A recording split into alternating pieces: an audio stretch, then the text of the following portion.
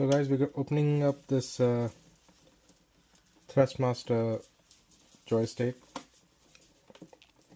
and we're gonna see if we can increase the tension on the springs.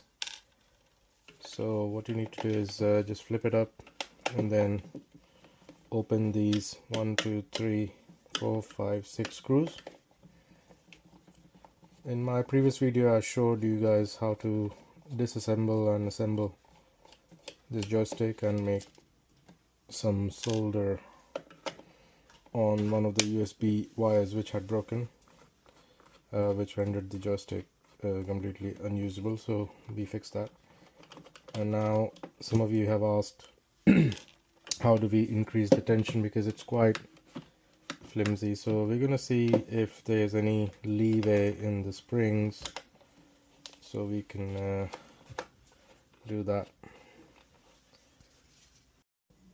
So all you can do is either get a bigger spring, like a longer spring, so that you get more tension, or you can take the spring apart and try to pull it from each side. So once you pull it, it will take it harder to compress.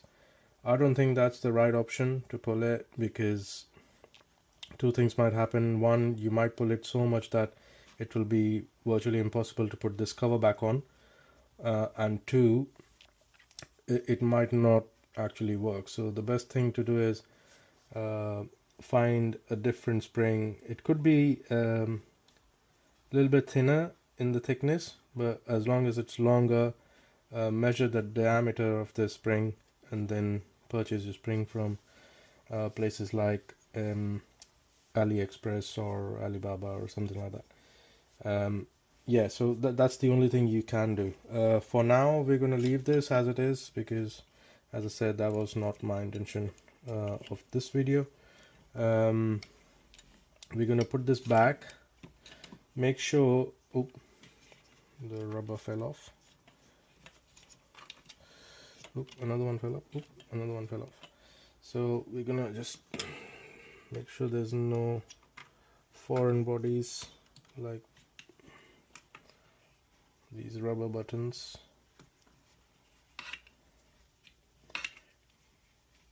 Might as well take them all off because they'll keep falling. Okay, so that's to one side. So make sure there are two notches here. Make sure the levers mounts in those two notches when you're fixing them back. So what to do is disable the rudder, press that switch, okay, and then slowly when you start to assemble it, make sure the notches line up with these. I'm actually going to give a quick wipe to the Hall effect sensor. Let me see.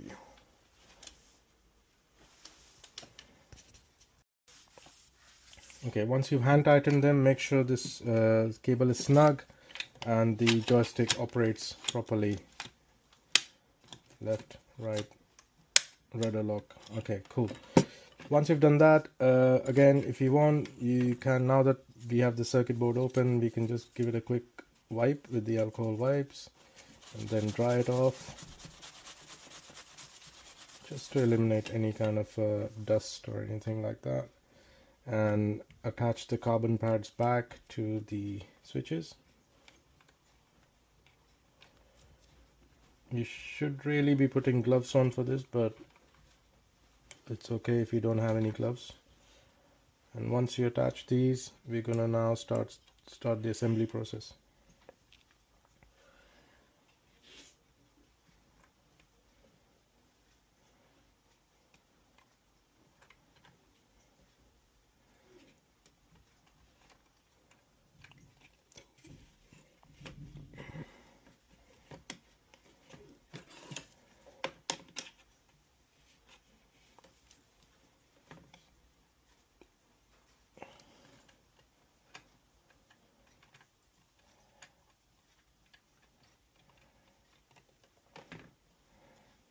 Okay, just have to be patient with these things.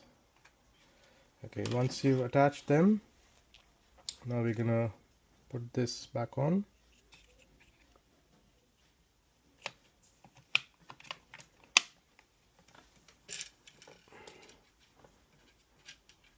and screw them up.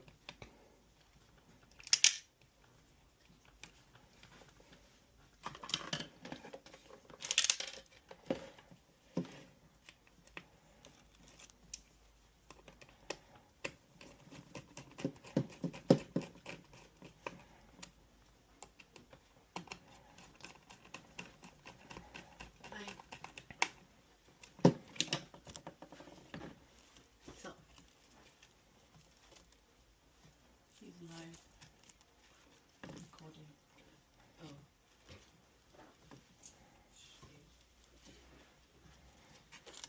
I'm going to take his keys because I don't know where mine are. Okay, and once you've done that, you just put this tape back and do the assembly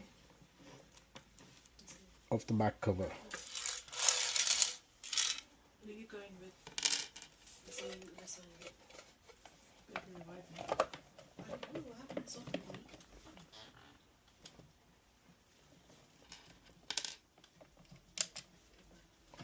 Okay, and once you've done the back cover, that's, to be honest, we'll just leave that as it is because there's no need to unplug that. We're just going to open this assembly. You've got 4 screws in each corner, so that's number 1.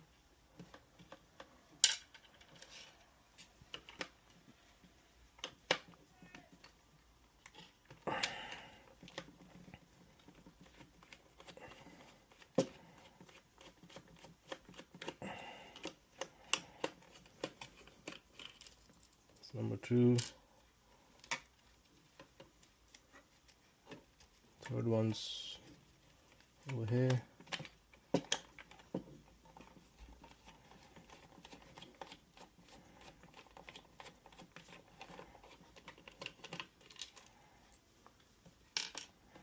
And the last one's here.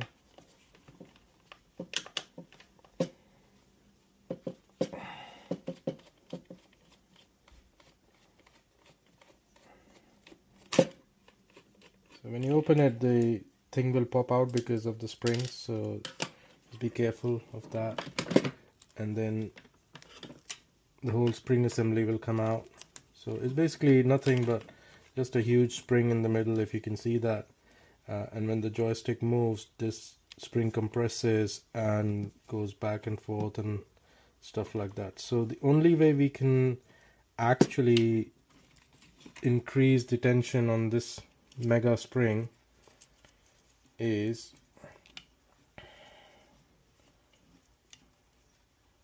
there's a small controller board here as well. I think it is for the joystick itself. So it's basically, this is a what do you call, a Hall effect controller chip. So right in the middle there's a Hall effect chip, and that magnet, when it moves around the chip, it gives the signal of left, right, and up and down. So you got the elevators, the ailerons, and the elevators happening on this bit. So make sure you don't damage it. You can give it a quick rub with an alcohol wipe so that there's no debris on it, because if there's debris on it, that will not function properly and it will cause false readings. So yeah, so coming back to the spring, all you can do, and I'm not going to do it because that was not my concern for doing this video, but all you can do is, so I'm going to quickly give a tiny wipe onto this sensor. If you can see, there's a little bit of grease or dust on it. Just make sure that's clean.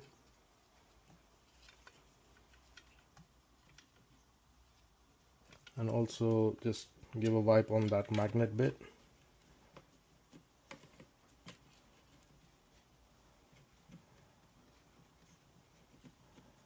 Make sure that's clean as well, and just dry it off with some tissue.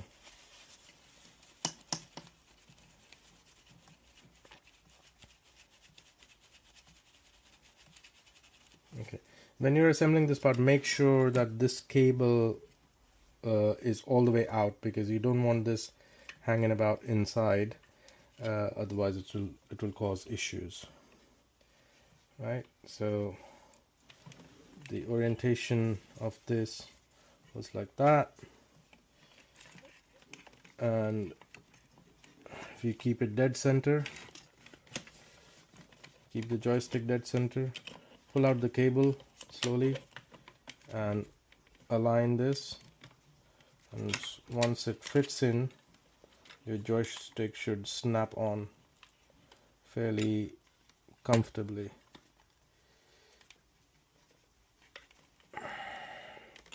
Keep holding it until you feel the joystick has snapped. So my joystick has now snapped into the slot. Keep the pressure on this bit here and put pressure right in the center, and screw the assembly down.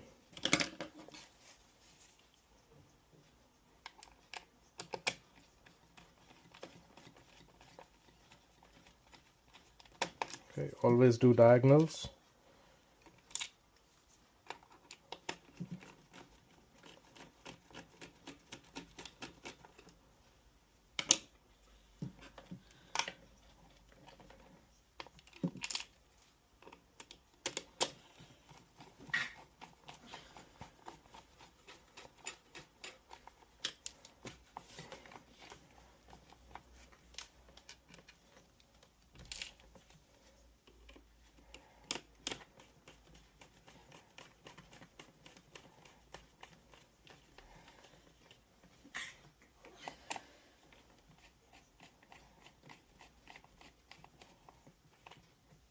Okay, just hand tighten them. There's no need to apply extra force because it's quite brittle, the plastic.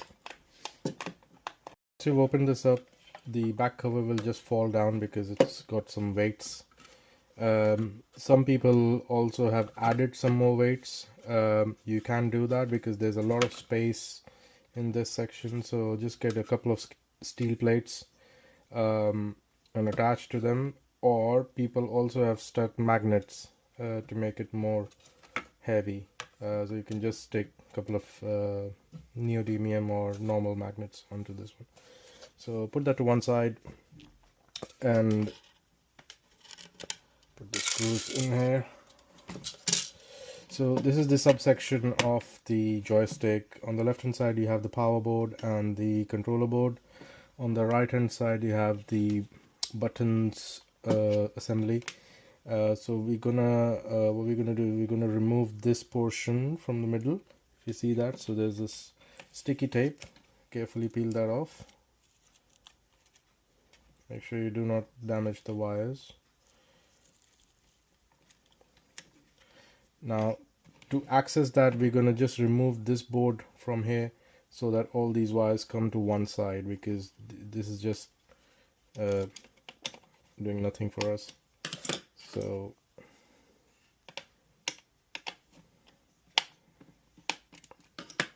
let's try a different screwdriver head.